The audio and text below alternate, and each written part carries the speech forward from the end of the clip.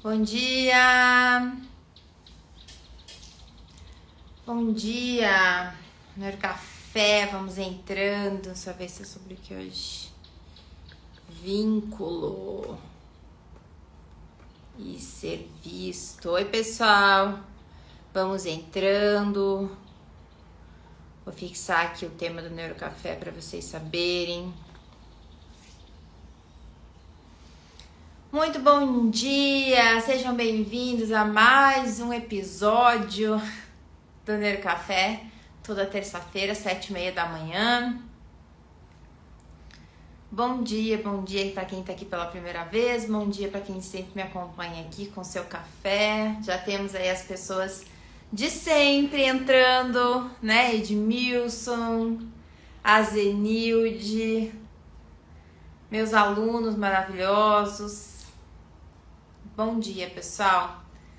Hoje, terça-feira, pós-Páscoa, estamos aqui, já sou outra pessoa transformada depois da minha semana. E hoje a gente vai falar sobre um assunto que vocês gostam muito e que eu adoro também, que a gente vai falar sobre vínculo, né? Um assunto que a gente só sabe que é importante depois que estuda. Tô aqui pela primeira vez de Oxford. Ai, que legal! O que você tá fazendo em Oxford? Tá estudando? Conta aqui pra nós. Eu vou pra Oxford em setembro. Bom dia, doutora. Você é maravilhosa. Lindo ver e compartilhar o seu conhecimento de maneira tão responsável. Deus abençoe sua vida. Amém.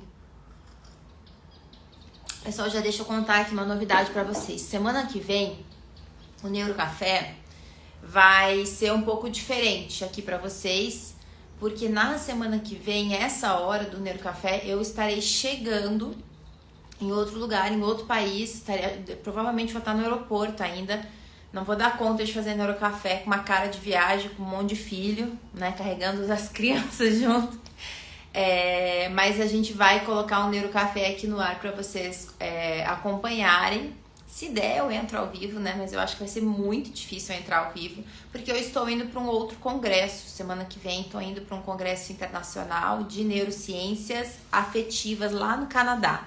Então, vai ser uma viagem bem longa e a gente vai ficar aí, vai fazer umas viagens meio pingadas, assim, para não cansar muito até chegar lá. Mas vai ser muito bom, porque o que acontece? A gente vai ter na semana que vem um monte de lives minhas aqui. Eu vou entrando ao vivo aqui, para contar para vocês as novidades do congresso, os estudos que eu gostei de ver, enfim. Então já sabem, semana que vem vocês têm que estar antenados aqui comigo, tá? Para vocês saberem de tudo. Ó, moro aqui faz 10 anos, mas trabalhei na Oxford University. Que legal! Ah, quando eu for eu vou dar um olá e eu vou no congresso, muito possivelmente no congresso de trauma que vai ter aí em setembro, né? Se não me engano, tava dando uma olhada ontem. Que ótimo! Pessoal, então, estejam antenados aqui. Hoje o Neurocafé, peguem seu café, peguem seu chá. Vai ser sobre o vínculo, a neurociência ajudando a gente a entender o vínculo, a importância, por que a gente precisa ser visto. E talvez esse seja um dos assuntos mais importantes que permeiem a educação, a psicologia, a área da saúde, o mundo, a saúde mental, a cura de qualquer enfermidade, né? O tratamento de qualquer enfermidade. E eu chamei uma aluna minha, que é a Priscila, pra gente conversar, tá bom? Vão colocando aqui pra mim, enquanto isso, se vocês, que vocês têm de ideias sobre a importância de ser visto de 1 a 10, de ser visto assim como nós somos de verdade, né? Não pelas lentes das expectativas do que a gente deveria ser na infância, na adolescência, na vida adulta. De 1 a 10, sendo 10 o máximo, qual a importância que vocês acham aqui da gente ser visto para nossa saúde mental? Aí, as minhas alunas aqui, estou lendo tanto sobre neurociência afetiva e defino hoje como meu ponto de estudo atual. Neurociência afetiva é maravilhosa. Enquanto isso, eu vou chamar a Priscila aqui. Deixa eu chamar ela aqui. Priscila. Cadê você, Priscila? Priscila, me dá um oizinho aqui, por gentileza.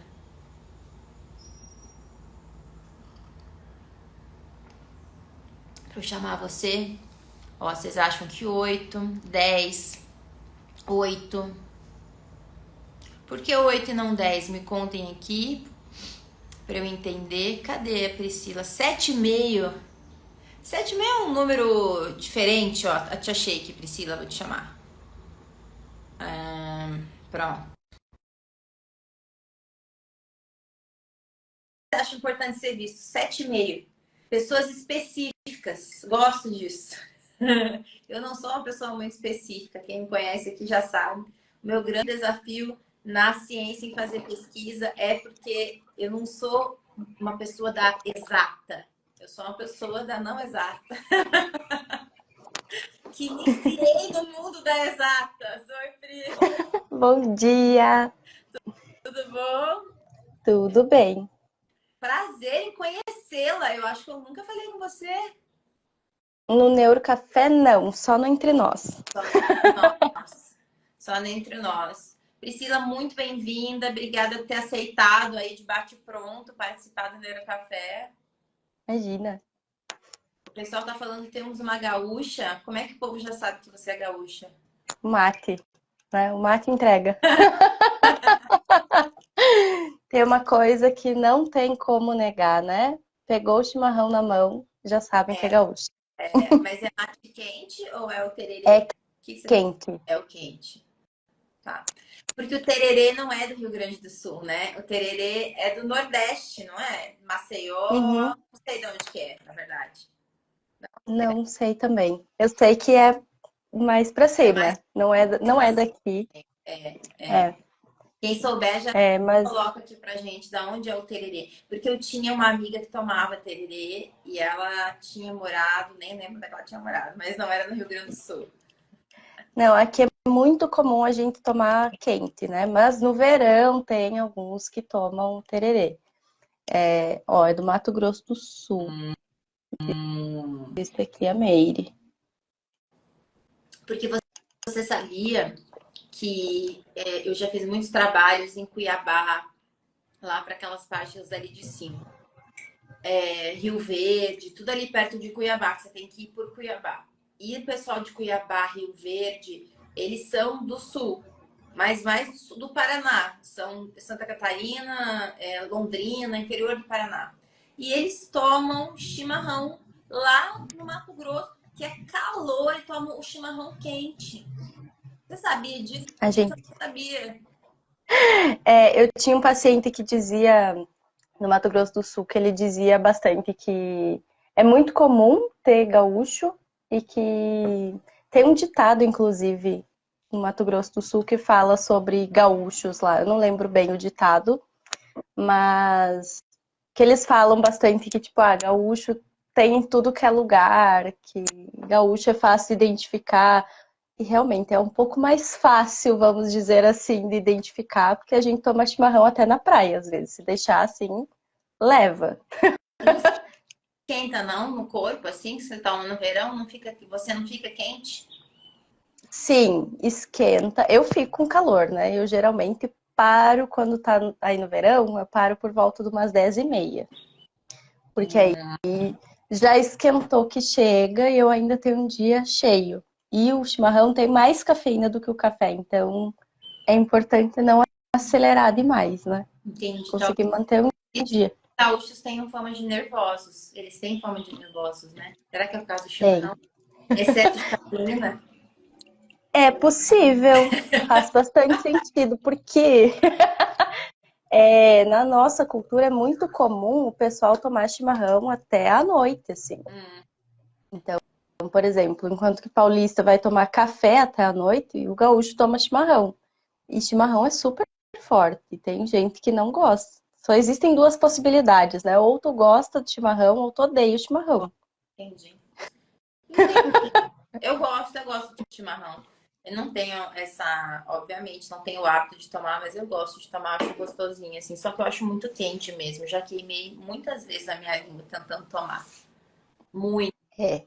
É coisa de gente inexperiente, né? Que veio nascer. As É primeiras amadora. vezes vai rápido, vai com muita sede ao pote, né? Aí a gente já Já vai ficando ali com... Deixa eu trocar.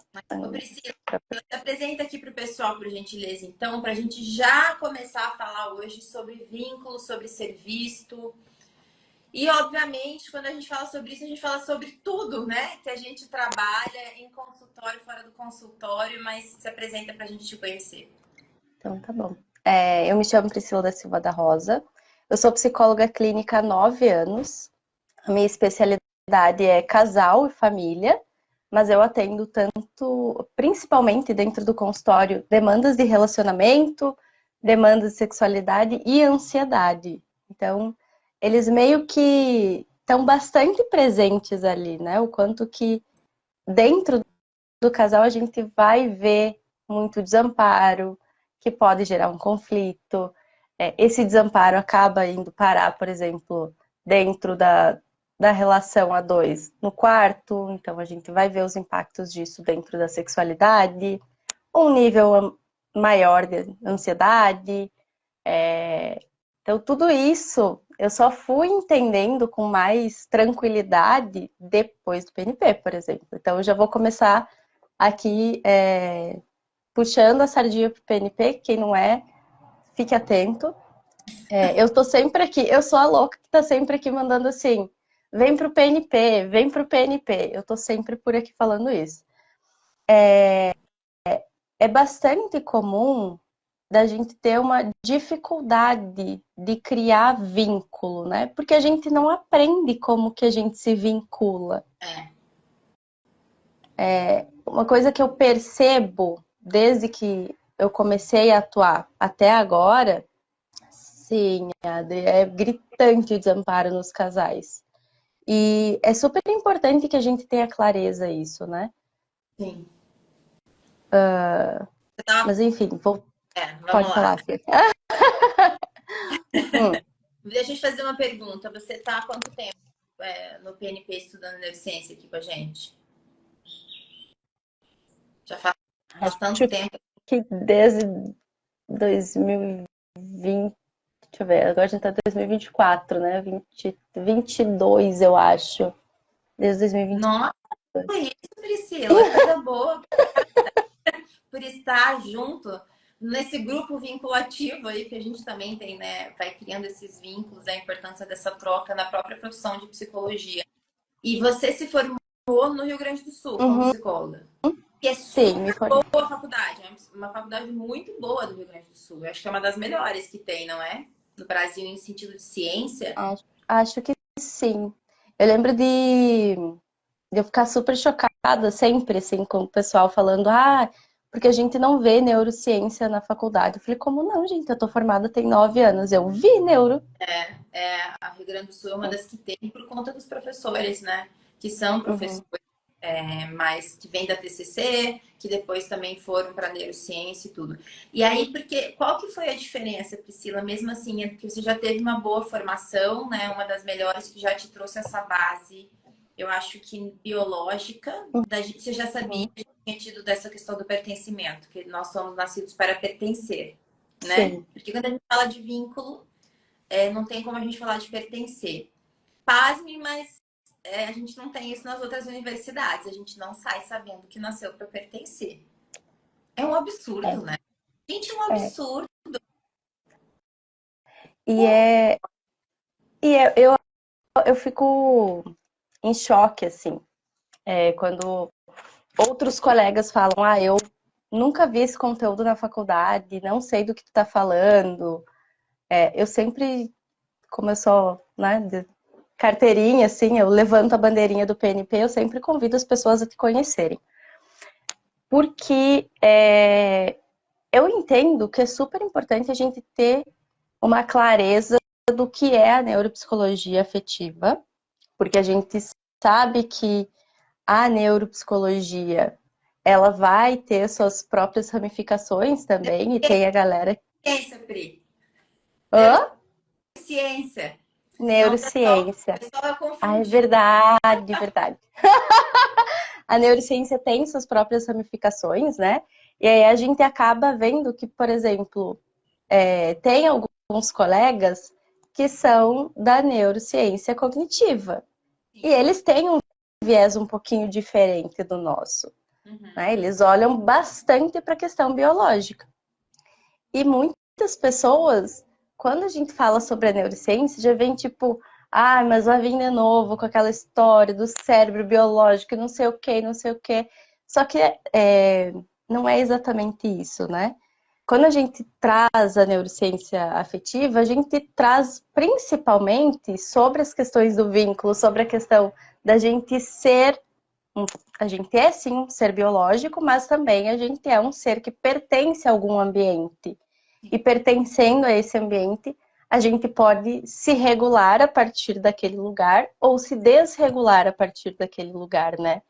E principalmente no período em que eu trabalhava no RH, eu vi o quanto que o regular ou desregular está também muito atrelado a esse ambiente, né? O quanto que... E aí eu vou trazer também um pouco dessa visão das empresas, né?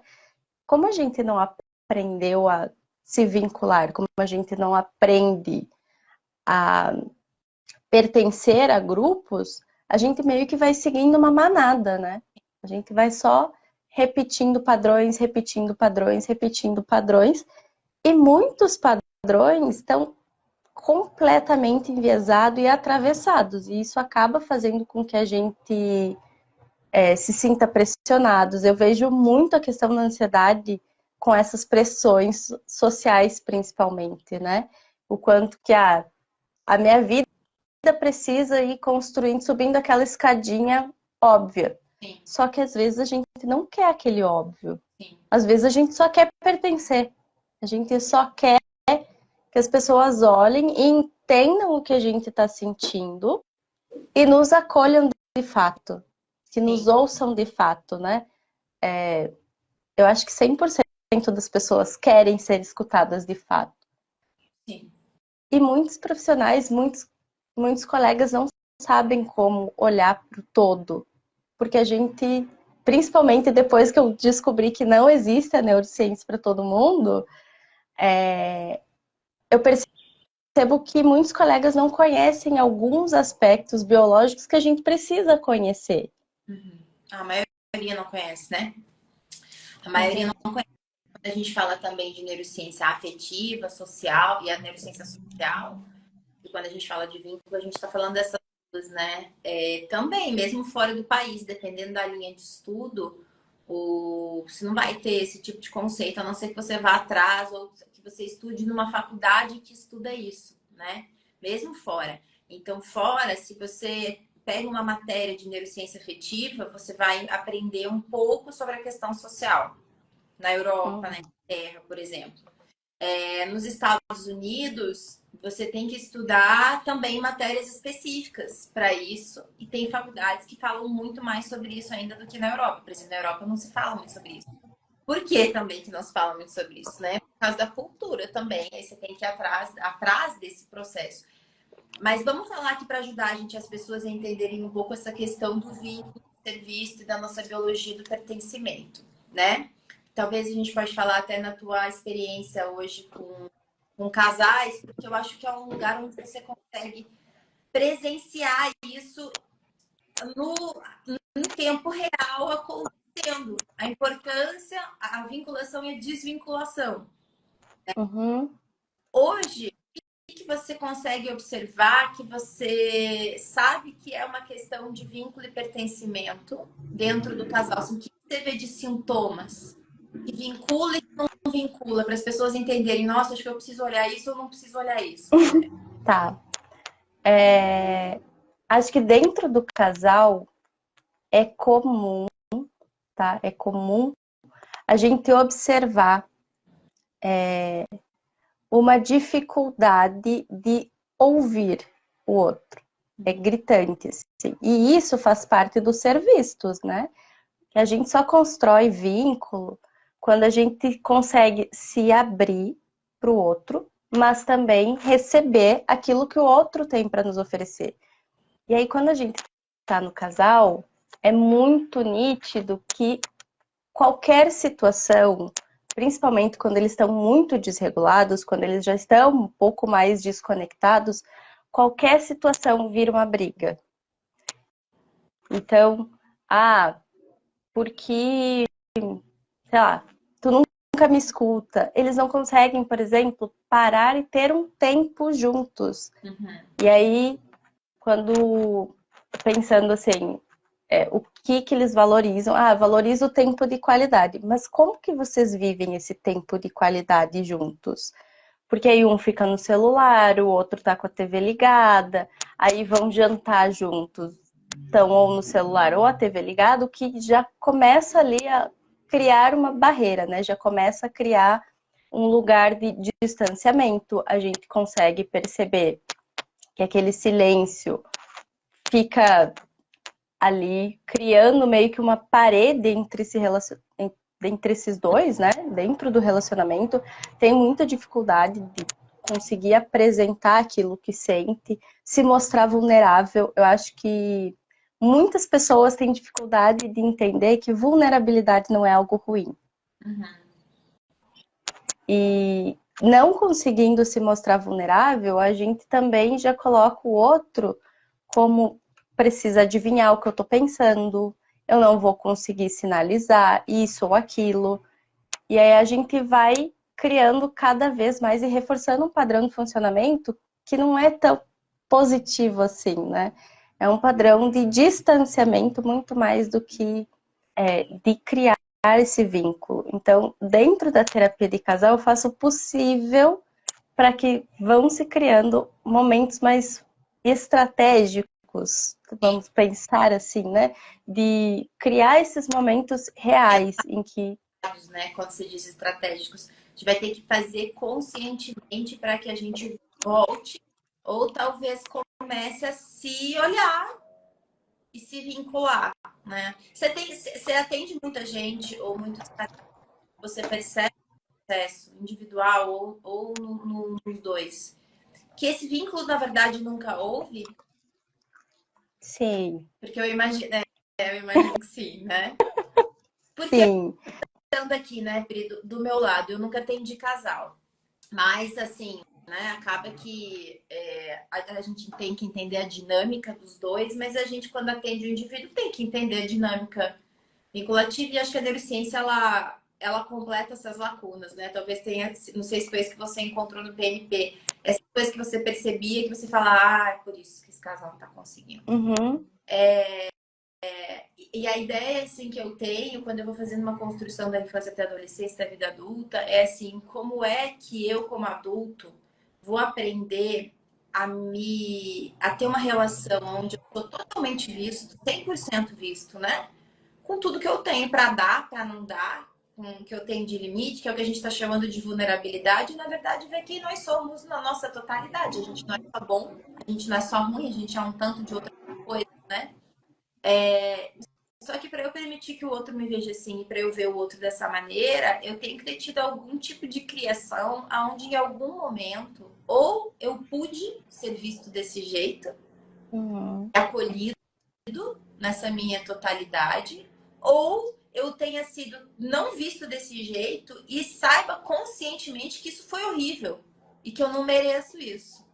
Que é muito difícil essa segunda parte acontecer, né? Porque mesmo as pessoas que tiveram relações desvinculativas e traumas e enfim, elas sabem a importância de serem vistas, mas elas não conseguem se mostrar ainda, porque elas acham que elas são defeituosas, né? Você percebe isso no dia a dia, como sim, vem com a nossa história toda? sim, sim. Ontem, inclusive, eu atendi um casal em que um deles trouxe para mim, isso aqui não estava óbvio pra gente no começo desse relacionamento. Não estava óbvio que era uma dificuldade, porque a gente sempre foi assim. Só que dentro do relacionamento, cada um vem de uma família completamente diferente, cada um vem com a sua própria bagagem. E com essa bagagem que cada um trouxe, a gente foi percebendo que, bom, isso aqui não é tão funcional assim, isso aqui não é positivo para o relacionamento, e a gente teve que começar a se esforçar para ser diferente. E é difícil. E a gente viu que sozinho a gente não ia conseguir, e aí a gente veio atrás de ajuda. Então, tem um pouco desse lugar de que, ok, quando a gente é sozinho, muitas vezes é mais difícil a gente perceber que, isso aqui não é um comportamento bacana. Mas quando a gente começa a se relacionar com alguém e a gente traz essa bagagem, o outro alguém também traz uma bagagem. Ninguém vem como sendo um quadro branco para um relacionamento, né? Vem com a própria história. E a partir dessas histórias, a gente vai conseguindo perceber, a gente vai ter que se adaptar aqui, vai ter que se adaptar aqui. Talvez não fique 100%, porque ninguém vai ser 100%, mas aos poucos eles vão construindo esse lugar, né? E muitos, pelo menos atualmente, eu tenho observado que muitas pessoas têm conseguido se perceber como a gente tem uma dificuldade, é essa fala, né? A gente tem uma dificuldade e a gente sabe que não dá mais para tentar sozinho. Que antes não existia isso. Sim. Antes não existia nem esse olhar de que tem algo errado, né? A gente geralmente o outro tá errado, que ele não tá me entendendo. O que também é uma verdade, né? Só que possivelmente eu também não tô e esse momento é difícil, né, da gente chegar, né? O que dentro de neurociência e o PNP te ajudaram a enxergar diferente, conduzir diferente? Assim, por que você é embaixadora hoje, né? Qual foi aí? Eu acho que principalmente, eu falo bastante sobre o desamparo aprendido porque eu acho que é uma coisa que eu não tinha escutado falar na faculdade, por exemplo. Apesar de ter tido uma faculdade maravilhosa, eu nunca tinha escutado falar sobre o desamparo aprendido.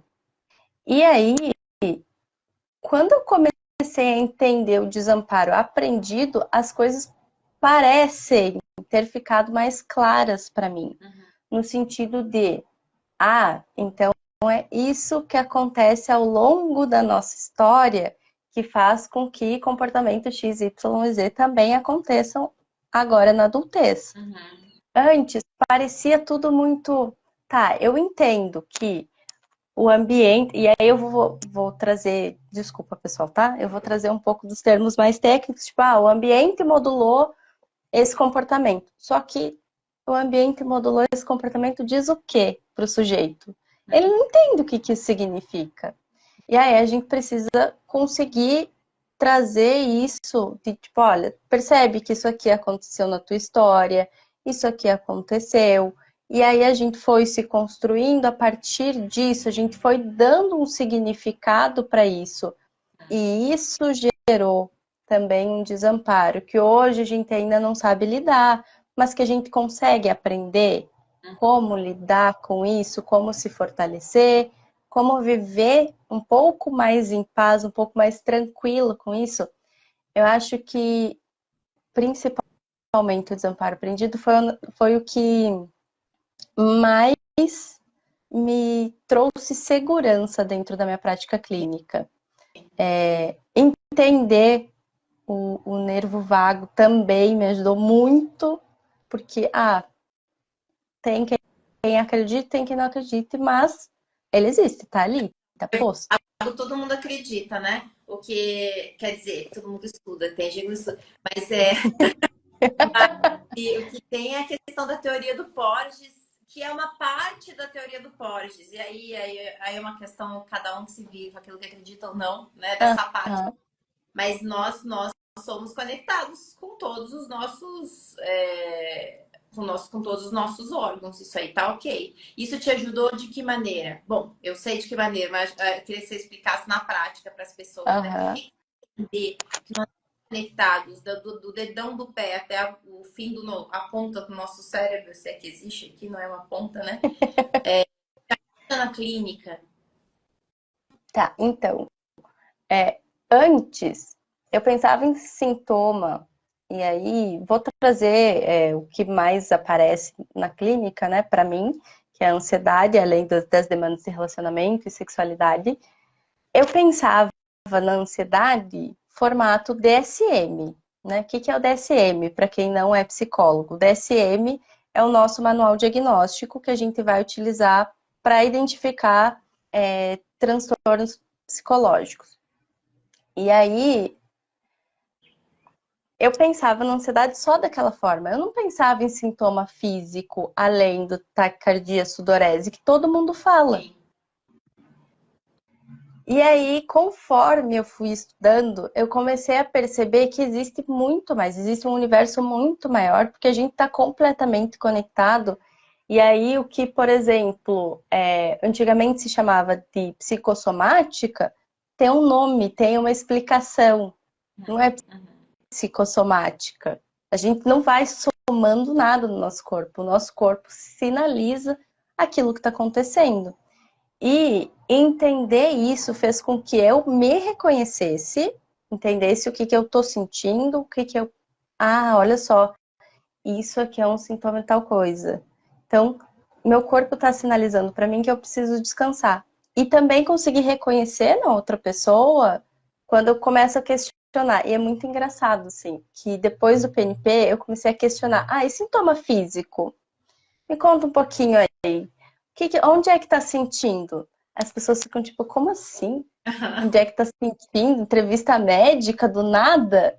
E aí eu começo a explicar que o nosso corpo está completamente conectado. A gente não se desconecta para estar ali, para sentir o que a gente sente.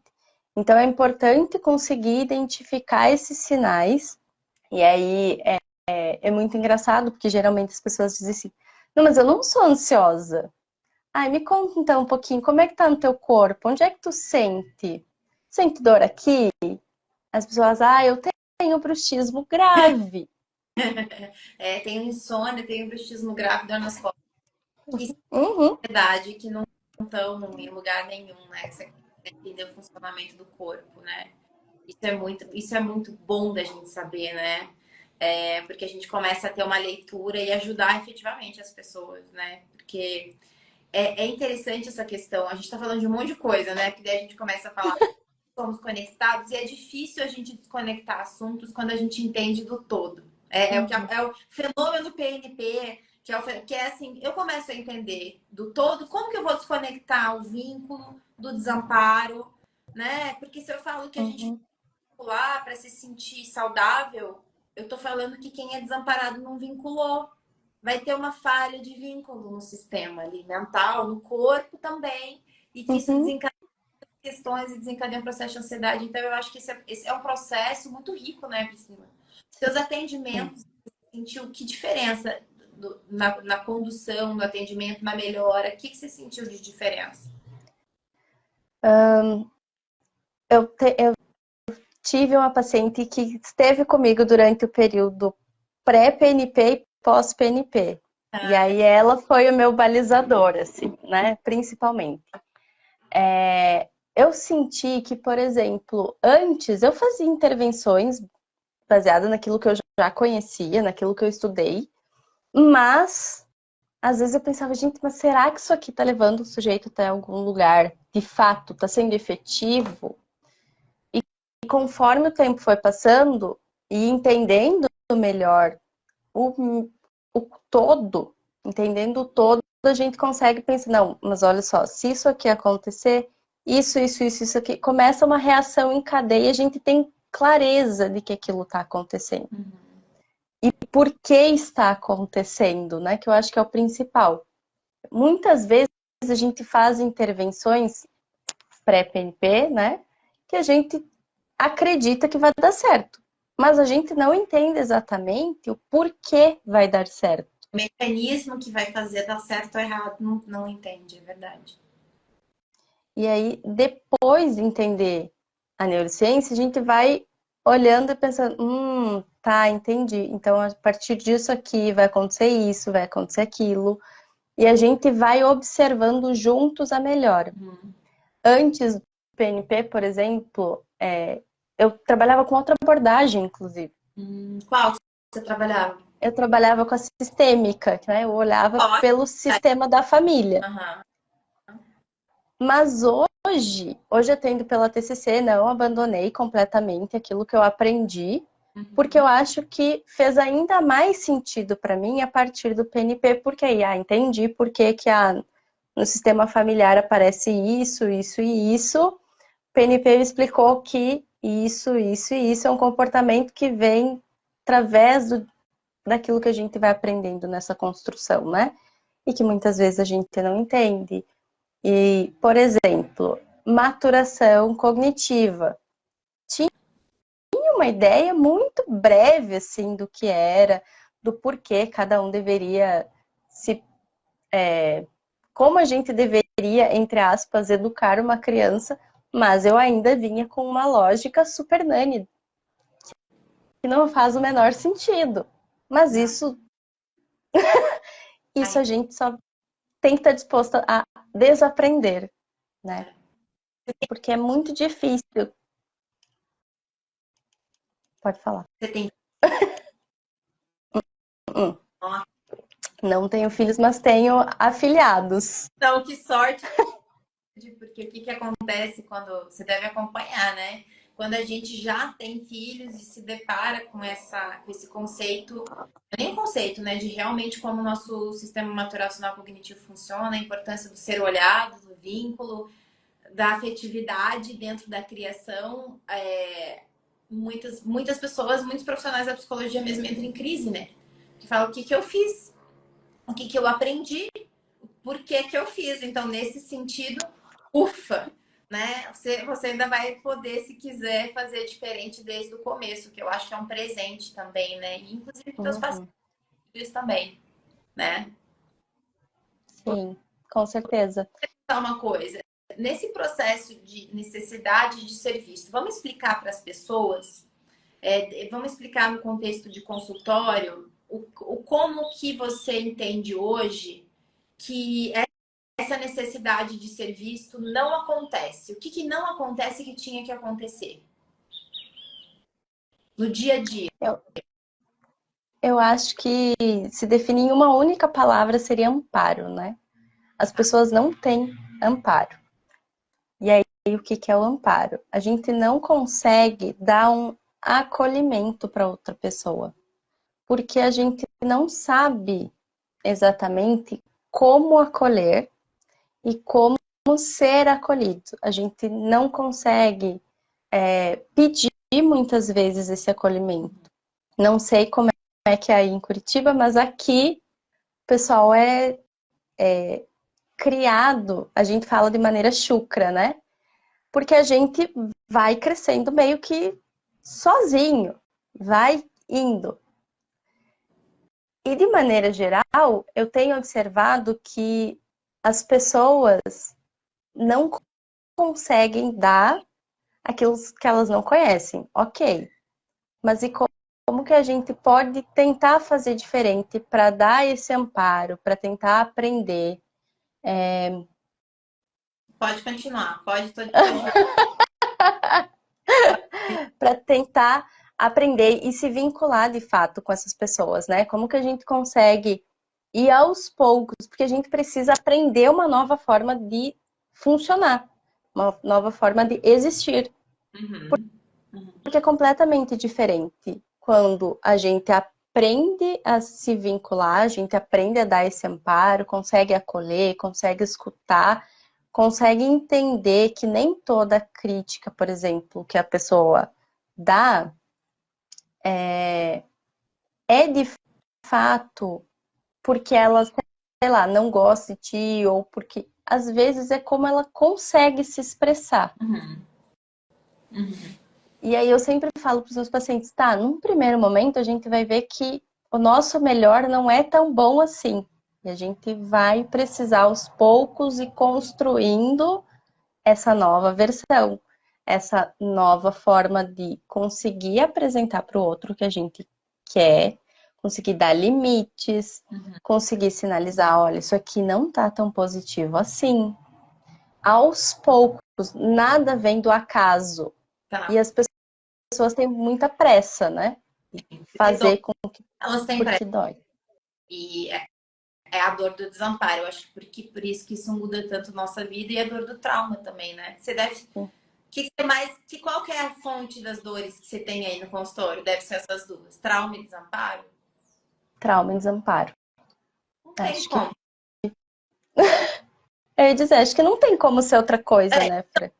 dores de falta de amparo, de quebra de vínculo, né? Ou vínculo de segurança, que é o trauma, né? Quebrou, ou o desamparo também, né? Mas o desamparo é um vínculo de afeto, né? Quando a gente traz para nossa vida humana, né? Quer dizer assim, não importa o que eu faça, sempre alguém vai me punir pela minha necessidade.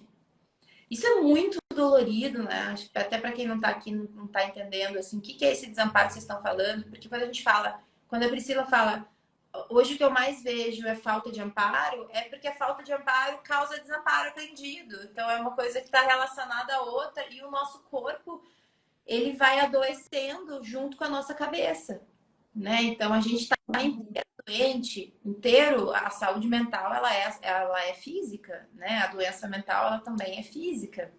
Então é muito difícil mesmo, né? Então vamos ajudar aqui as pessoas. E quando você fala assim, falta de amparo, vamos explicar o que é o amparo e aí a gente vai ter que explicar o que é o desamparo. Quem é aluno já sabe, quem não é, a gente vai ajudar a entender, né? Você consegue, vai pensando num exemplo que você tem assim, logo, não vai, não para dizer nome nem nada, óbvio, né? Mas assim, exemplos normais, assim, por exemplo, vou dar um exemplo aqui, né? Do que a gente mais tem aí de processo. Você pega um casal, eu atendia muitos pais e mães, né? Assim, que era o meu público que mais me procurava até no passado. E a gente tinha muito a mãe falando uma sensação, primeiro, de exaustão, porque o desamparo aprendido e a falta de vínculo no relacionamento vai te dando exaustão. Você começa a se sentir sozinho, sobrecarregado, não vista, como se você tivesse que cuidar de tudo, uma ansiedade, uma tensão, né, inteira de que você não consegue dar conta, tem um defeito em mim. Tem algo que eu não consigo, porque parece que todo mundo consegue. Todo mundo pensa isso, parece que todo mundo consegue.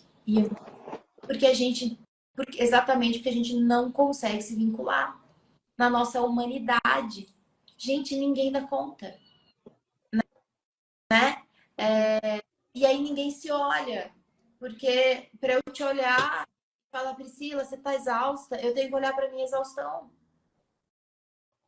É o único jeito de eu entrar em contato com a tua dor, é entrando em contato com a minha também, né? Porque a gente vai parear as nossas emoções cerebralmente, né? Então as mães chegavam muito assim para mim e os pais também com uma expectativa muito grande de ter que dar conta da sua responsabilidade de pai, de provedor ainda tinha isso, e de uma sensação de frustração constante de não conseguir e de não ter com quem contar. Então isso a falta de amparo, né? E muitas vezes a gente ia ver no casal era porque essas pessoas eram como se tivesse vivendo dois estranhos dentro de casa, né? Inclusive por crianças, porque cada um vinculava de um jeito diferente com os filhos, e isso também dava crise. E que, na verdade, estava tudo de traumas ainda, de infância, de desamparo, de não ser visto, de buscar eu tô buscando ser uma pessoa que eu nunca fui. E aí, como é que eu vou ter um relacionamento saudável, né, Priscila? Se eu tô buscando ser uma pessoa que eu nunca fui, e você também tá. E aí, na primeira dificuldade, a gente se frustra muito, porque eu não tô sendo visto, mas é óbvio. E também tem o ponto que, pensando em relacionamento, ninguém ensina a gente a se relacionar, né? A gente vai olhando para um casal e pensando, aquele é o meu ideal de ser relação. E aí eu tento fazer igual. E aí eu vejo muitos casais falando assim, tô ouvindo falar ali das mães falando, parece que todo mundo consegue e eu não. E aí eu vejo muitos casais falando assim, parece que todo mundo dá certo. E a gente não tá dando certo. E eu não sou feliz. Ou eu não sei como ser feliz nessa relação. Talvez seja melhor cada um seguir por si. Porque é difícil, dói muito. Olhar para isso, olhar para essa relação e pensar, cara, tem que aprender tanta coisa para estar aqui dentro. Sim, sim. E aí é como se ao eu ter que aprender diferente, mais uma vez eu tô sendo desamparada ou não é suficiente. E aí eu tenho uma pessoa que também não deu certo. Você acha, E aí entendendo Pode falar. aí dentro do PNP, você acha que se essas pessoas, os adultos que você atende hoje, tivessem tido uma infância amparada pelas emoções, né? Uma aceitação das emoções infantis, se eles tivessem tido uma adolescência próxima, não é só afeto, né? A gente entende que não é. Porque afeto a grande maioria dos pais tem, né? Mas é a maneira de olhar, ser visto, ao invés Uhum. de querer que os filhos sejam perfeitos. Deixa eu ver, ser desse jeito, né? Com um monte de coisa boa e um monte de coisa que não é. E a gente é esse pacote, a gente tenta melhorar aqui, umas coisas a gente consegue, outras coisas a gente não consegue, né? Você acha que se eles tivessem tido infâncias e adolescências construídas em afeto e amparo emocional, os casais que você atende hoje e já atendeu na vida seriam diferentes? Sim, completamente.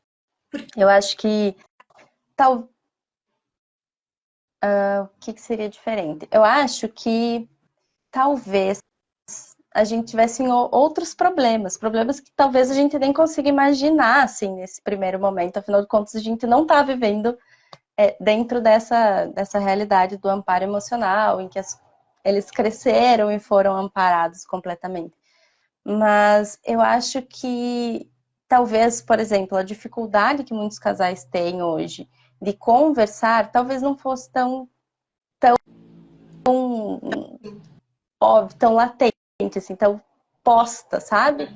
Eu acho que talvez essa seria uma dificuldade que talvez não apareceria, talvez eles aprendessem, viessem para o consultório, sei lá, por uma demanda de a gente precisa de auxílio nesse momento para entender como que a gente vai lidar com o dinheiro juntos. Sim. Talvez fosse uma coisa mais burocrática, não Específico. algo muito pontual, assim, algo que pudesse ser bem breve. Uhum. Tipo, a gente precisa de ajuda com isso. Mas nesse momento, a maior dificuldade é de conseguir comunicar para o outro, entender o que de fato o outro entendeu, porque essa comunicação, muitas vezes, eu acho que 90% dos casos, um comunica uma coisa e o outro entende outra, porque eles já estão muito machucados dentro dessa relação, então no momento em que eles vão falar, eles já entendem como uma briga, já entendem como uma acusação, e óbvio, ele vai se tornando isso, de fato, porque eles estão construindo uma relação em que eles não conseguem fazer esse movimento de se ouvir, de se amparar. E pensando na comunicação, aí eles vão comunicar uma coisa, e às vezes fica, para mim, tá dito. Eu disse, eu te comuniquei algo. Mas tu não entendeu aquilo exatamente como eu gostaria de comunicar. Ficou pela metade. Então, não sei o quanto que eu posso confiar. E aí já começam as questões da confiança também dentro do relacionamento. Sim. Então, acho que essas questões talvez apareceriam menos no consultório. Ou nem apareceriam, se a gente for parar para pensar, né? Quando a gente olha os casais que dão muito certo, é porque eles, né? Você resolve outras coisas, vai resolver agenda, você vai resolver planos de vida, é outro tipo, porque a gente está sendo vista, né? É uma coisa muito, né? Até o pessoal tem falado muito aqui, tá? A Maria acabou de escrever a questão da comunicação não violenta. Eu teve um tempo atrás, antes de estudar neurociência, eu estudei comunicação não violenta, eu trabalhava em empresa. Falar uma coisa que vocês vão me odiar agora. Prepara. O que começou a acontecer quando eu entendi a importância do vínculo, de olhar o outro, de estar com o outro, pelo menos nas relações que importam, né? Vamos colocar assim, na nossa vida, porque é difícil a gente fazer isso o tempo inteiro, né? Mas nas relações que importam, tanto no trabalho quanto na nossa vida. O que eu entendi foi que não precisaríamos de métodos de comunicação que a gente olhasse as pessoas e a gente mesmo. Não é verdade, você não vê isso no casal? Porque se você Sim. olha, eu olho no teu olho e falo, Priscila, você não tá bem. Eu tô vendo que você não tá bem. Eu tô vendo que você tá triste. O que a gente faz? Uhum. Porque isso é o olhar que a gente precisa, não é? Num casal. Vai falar, Fran, tô vendo que hoje você tá bem, que ótimo, né? Vamos fazer isso, vamos fazer aquilo. Tô vendo que você não tá, tô sentindo sua falta. É eu olhar pra mim e falar, tô me sentindo só. Vejam que não precisa de método. Concorda? Concordo, concordo muito, assim, e é um pouco sobre esse lugar, né? O quanto que a gente precisa, sim, aprender a olhar para o outro, aprender a entender e, sim, saber olhar e ser visto, né? Uhum. E que não é fácil, Não. é um aprendizado diário, é desafiador, e eu sempre falo que antes de começar a aplicar com os meus pacientes, eu comecei a aplicar em mim. Porque é um pouco sobre isso, né? A gente vai aprendendo e a gente vai identificando o quanto que a gente também não aprendeu. O humor já muda o comportamento, sim. O humor muda o comportamento. Porque a gente precisa, né? Precisa, por exemplo, tô triste. É muito comum que a gente fique um pouco mais fechado quando tá triste, quando tá com raiva. Por exemplo, no casal, pensando aqui na minha sardinha, né, de todos os dias. Quando a gente vê, muitos casais dão o tratamento de silêncio que a gente fala, né, dentro da psicologia de relacionamentos. Dão tratamento de silêncio porque não sabem comunicar e aí fica 3, 4 dias ali remoendo aquilo que está acontecendo, tentando entender como que eu vou comunicar e fica cada vez mais ansioso e isso vai criando cada vez mais distanciamento também dentro da relação. Eles entendem que tem alguma coisa acontecendo ali. Eles só não sabem como que eles vão lidar com aquilo que está acontecendo. Que eles não sabem dar nome também. Isso. Eu acho que é isso que a neuro também vai nos trazendo, né? Do PNP, que você começou a dar nome. Ó, isso é desamparo, essa sensação de. O pessoal tá perguntando aqui o que é desamparo. Gente, desamparo tem desamparo e desamparo aprendido. Mas desamparo aprendido, a gente tem necessidades biológicas, a gente está falando hoje da necessidade de ser com as nossas emoções, com as nossas solidões, com os nossos medos, com as nossas imperfeições, e não conseguir a gente ser punido por isso. Então a Priscila fala assim: então, por exemplo, eu choro, fico feliz, e aí eu tenho um tratamento de silêncio, choro, supor, eu estou sendo punido. Isso é desamparo aprendido, tá, gente? A gente está desamparando a biologia da pessoa, né? A gente tá, e isso vai causando essa sensação de que eu não importo. Por isso que dói, né? Dói porque Uhum. de alguma maneira a gente aprendeu através da nossa história de vida, por não ser amparado, por não ser visto de verdade, que isso que eu sinto não importa, que eu tenho que lidar com isso sozinha. É o que você falou, a gente foi criado sozinha aqui no Rio Grande do Sul. No mundo inteiro a gente foi criado assim, né? Eu não Sim. importo. E assim, e quando eu sinto, eu tenho que tratar disso sozinho. O que eu sinto não é do outro. E o que eu sinto não pode ser compartilhado, né? E é desesperadora essa ideia. Você não sentiu desespero quando você entrou no PNP e começou a isso? Que a gente aprende em psicologia que o que você sente é seu, acabou. Você tem responsabilidade. O que, em certa parte, é uma verdade. Mas em certa parte, Uhum. não te deu desespero? Sim, muito, muito, muito desespero. Principalmente porque eu comecei a pensar muito na cultura, né? A cultura em que eu fui criado, quanto que isso é assustador, quanto que. E até eu lembro de ter assistido uma aula, agora eu não vou lembrar qual que é, acho que foi a da infância.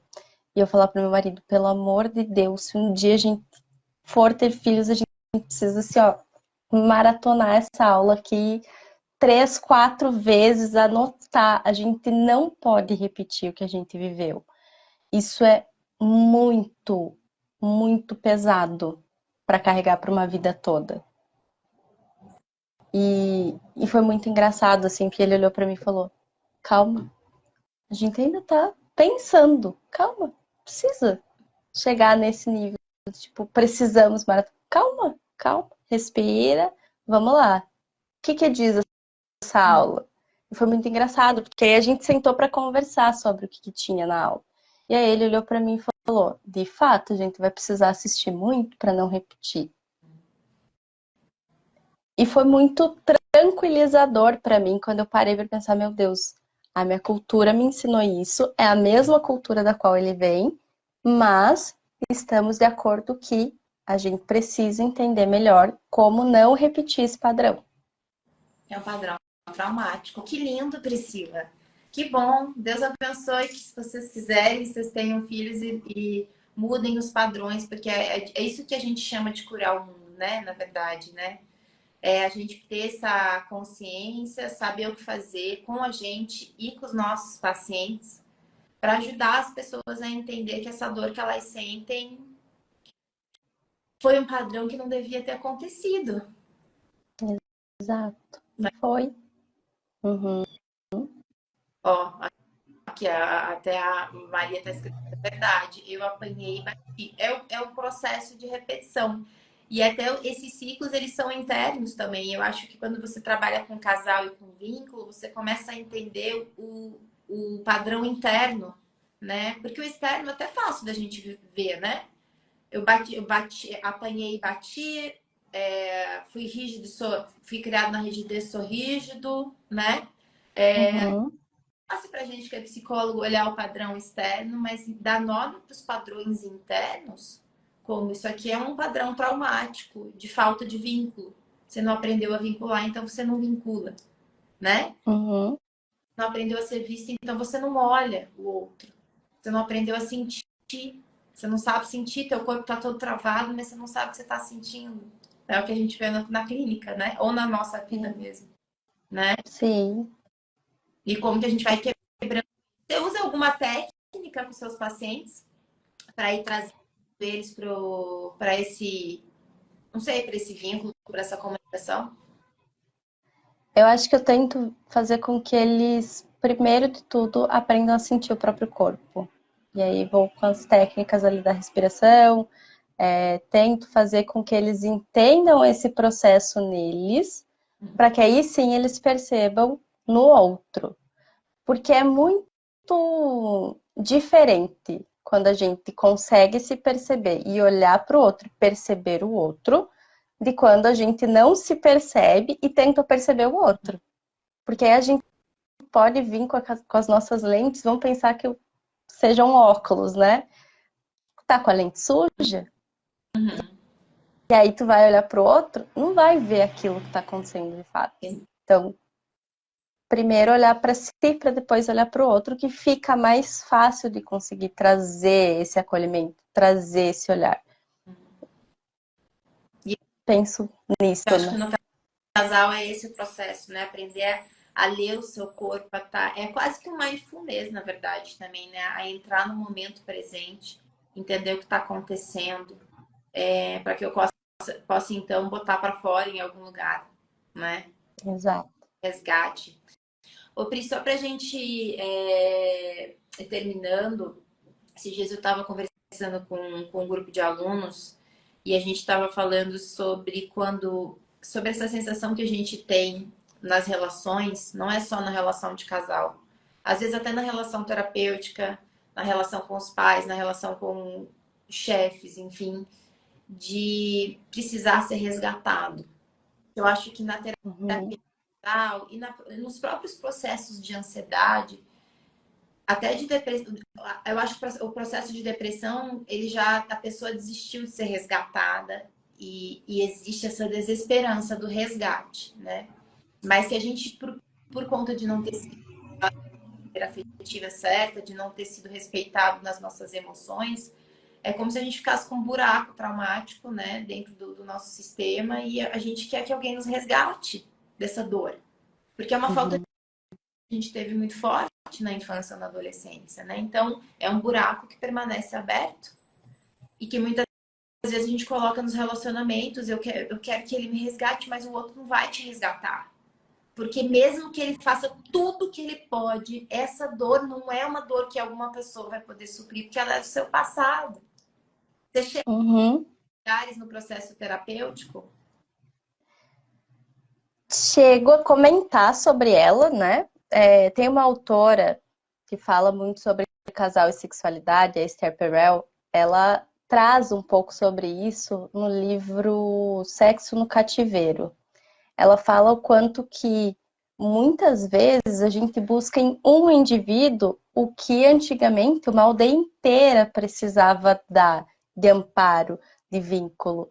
E hoje a gente quer que uma única pessoa faça tudo isso, venha suprir todas essas necessidades, e o quanto que isso é pesado para colocar dentro de uma relação. É um peso que a gente não tem como carregar. Não tem. E não importa o que a outra pessoa faça, essa é a questão. Não vai suprir, porque é uma dor que é do passado. Não é uma dor de agora, né? Exato. Isso pelos teus cuidadores principais. É uma dor de ter sido... uma dor que você cala a boca quando você estava sofrendo. Uma dor que você engoliu o choro porque tua vida era perfeita. E a gente vai entendendo que fiquei com um buraco aqui. E realmente, se a gente conseguir mudar a infância, a gente consegue mudar a vida adulta, né? E que a gente começa a ver, a gente evita esse buraco, porque o buraco tá aí, em você, em mim, na grande maioria de nós. Você tem que revisitar os seus de vez em quando hoje? Como? Você tem que revisitar os seus buracos emocionais de vez em quando? Sim, com alguma frequência, né? Porque muitas vezes a gente tá ali atendendo, a gente fica um pouco, às vezes bate nos nossos buracos emocionais, né? Eu geralmente anoto, assim. Eu faço todo o meu prontuário no computador, mas quando é uma coisa muito minha, eu pego, puxo a minha agenda, eu anoto e penso, isso aqui é problema da minha terapia, isso aqui não é daqui. Mas eu acho que isso é uma consciência que a gente vai adquirindo com o tempo, né? Isso daqui não é uma coisa que, sei lá, saí da graduação e já entendo que esse buraco é meu e não do outro. Não é por aí. Então, para quem está recém-formado, está começando a atender, não venham com toda essa carga de preciso fazer isso. Vocês não. É com o tempo. Isso a gente começa a aprender a sentir. A gente começa a aprender a identificar, porque a gente precisa ir se conhecendo. E por isso que é tão importante que a gente também esteja em terapia. Para que a gente não misture as nossas dores com as dores dos nossos pacientes. E a gente só vai identificando conforme a gente for vendo, conforme a gente for estudando e for entendendo os processos. Sim. E principalmente os processos emocionais, né? Que eu acho que é um dos lugares hoje que o PNP nos traz, assim. Pri, você consegue... O que mudou na tua vida depois do PNP? Nossa, muita coisa. Muita coisa. Antes eu era viciada em trabalho. Eu basicamente trabalhava, trabalhava e trabalhava. Eu tinha uma agenda cheia e não dava descanso nunca para o meu corpo. E hoje em dia eu tenho muita clareza da necessidade desse descanso, do quanto descansar também faz com que eu esteja apta para vincular. Porque aí eu tô também me conectando um pouco mais comigo, eu tô dando pausas, tô respirando, tô me conectando com quem eu sou para conseguir apresentar para o outro uma pessoa mais próxima de ser inteira. Eu não vou estar inteira, nunca. Mas eu vou estar muito mais próxima disso quando eu conseguir fazer essas pausas. Então, isso é uma coisa que mudou, consegui aprender a dar essa pausa para mim, conseguir aprender a ver, inclusive o meu parceiro, a gente tem uma relação de longo tempo, assim, e é completamente diferente a forma com que eu me relaciono hoje da forma com que eu me relacionava antes. Porque eu comecei a entender um pouquinho mais sobre, tá, mas eu estuda relacionamento há tanto tempo, eu não conseguia mudar. Tem algumas coisas que a gente não consegue mudar do dia para a noite, né? Então, foi aos poucos. O PNP também me trouxe um pouco disso, me trouxe uma percepção diferente da forma com que eu me relaciono com a minha família hoje. Entendo que cada um está no seu próprio processo, não preciso exigir deles coisas que eles não vão conseguir suprir, e tá tudo bem. que era uma coisa que antes era super padrão, rígido de funcionamento, zero flexibilidade emocional e cognitiva. Então, assim, fui aprendendo, principalmente dentro do PNP. E dentro do Entre Nós, eu acho que eu comecei a entender um pouquinho mais sobre o amparo de fato, né? Como amparar e como me sentir amparada. Que é uma coisa que a gente pode sim aprender, mas a gente também precisa de um grupo para pertencer, para conseguir entender isso. Precisa. Precisa porque é interessante, né? Como que muda a nossa vida? Não muda só a nossa profissão, os atendimentos, né? Muda a nossa vida.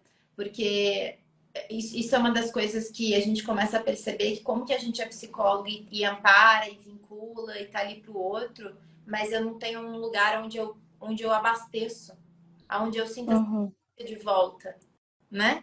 Onde eu me sinto com essa sensação. E aí a gente começa a ver a importância da gente poder ter os grupos de amor, a Uhum. nossa, Uhum. né? E como que todo mundo precisa. Ontem mesmo uma pessoa me escreveu, que eu fiz um post da solidão. A gente já tá indo pro final, tá, pessoal? Da questão que a solidão afetiva, ela é pior para nossa saúde mental do que alguns vícios, né? E a gente sabe por quê, porque a nossa primeira biologia é a biologia da pertença. Então, quando a gente para de pertencer, e aí muita gente confunde isso com a gente tem que aprender a ficar só. Gente, são coisas diferentes. Só que as pessoas não tiveram, como a grande maioria das pessoas não tiveram vínculos verdadeiros, elas não sabem nem o que é isso. Uhum. Então, ela vive na anestesia do ficar só, que ficar só também é uma anestesia por medo de vínculo social, né? Sim. Me viro sozinho. Eu e um livro nos damos muito bem. Aí você vai ver a pessoa na clínica, ela não consegue nem compreender que a gente precisa do outro. Não é normal. Não. Né? No sentido saudável. Não é saudável. A gente está aprendendo errado, né? A gente está aprendendo errado que a gente tem que se virar sozinho. Aqui uma Uhum. frase, só se consegue ser um bom par quando se consegue ser um bom ímpar. Na verdade, essa frase está errada. Olha que bom que você trouxe essa frase pra gente terminar. Não é, Priscila? Por que essa frase tá errada? Porque a gente é um bom par como? Vivendo em pares, né? Em pares. É vivendo com o outro, não é vivendo sozinho. Porque é no outro que a gente se regula. Vamos Uhum. ter que E é no mudar, outro que a gente... Priscila. Vamos. Vamos. E é para isso que a gente tá aí, né? Para tentar curar o mundo, pelo menos fazer a nossa parte, né? Então, não é porque a gente precisa aprender a ser um bom ímpar. É no outro, é com o outro. É na construção que a gente aprende a ser melhor e mais saudável.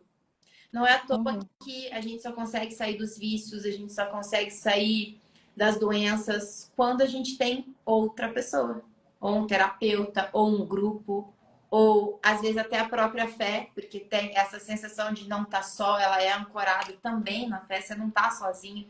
É sempre no outro. A solidão Uhum. total não tira a gente dos processos de doença mental.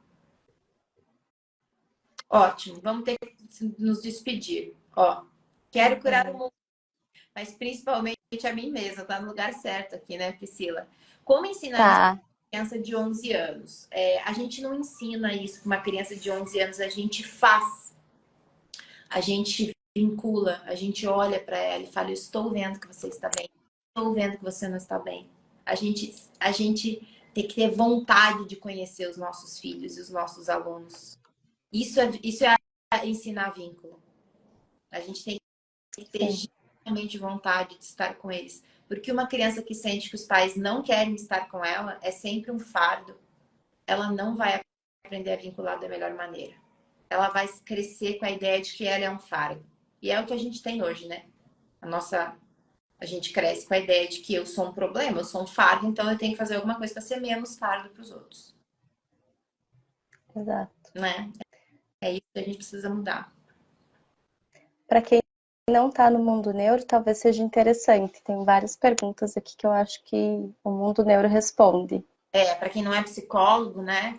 Tem um número que ele responde, ou vocês marcam uma consulta com Priscila, tá?